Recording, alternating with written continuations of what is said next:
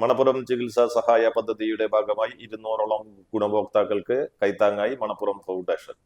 Edathiruthy KC Kalikutty സ്മാരക സംസ്കാരത്തിൽ നടന്ന ചടങ്ങിൽ കൈപ്പമംഗലം MLA KK വത്സരാജ് ചികിത്സാ സഹായ വിതരണത്തിന്റെ ഉദ്ഘാടനം നിർവഹിച്ചു.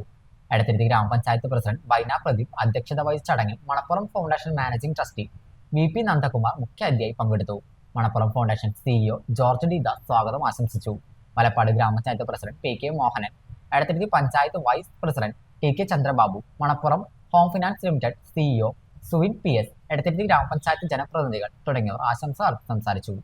ശാരീരിക അസുഖം മൂലം ബുദ്ധിമുട്ടുന്ന അർഹരായ ആളുകൾക്ക് സാമ്പത്തിക സഹായം എന്ന രീതിയിലാണ് മണപ്പുറം ഹോം ഫിനാൻസിന്റെ സഹായത്തോടെ ഈ പദ്ധതി നടപ്പിലാക്കുന്നത്. എനിക്ക് വളരെയേറെ സഹായമുണ്ട്.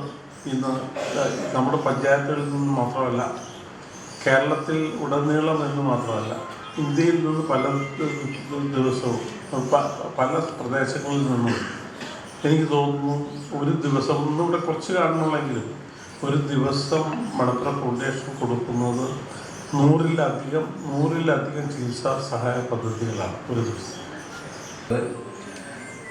നിരവധിയായിട്ടുള്ള സേവന പ്രവർത്തനങ്ങൾ മണപ്പുറം ഫൗണ്ടേഷൻ സംഘടിപ്പിച്ച് വരുന്നുണ്ട്. തീർച്ചയായും അത് നമ്മുടെ സമൂഹത്തിന് വലിയ കരുതലും സംരക്ഷണവും നൽകുന്ന ഒന്നാണ് എന്ന് എല്ലാവർക്കും അറിയാം.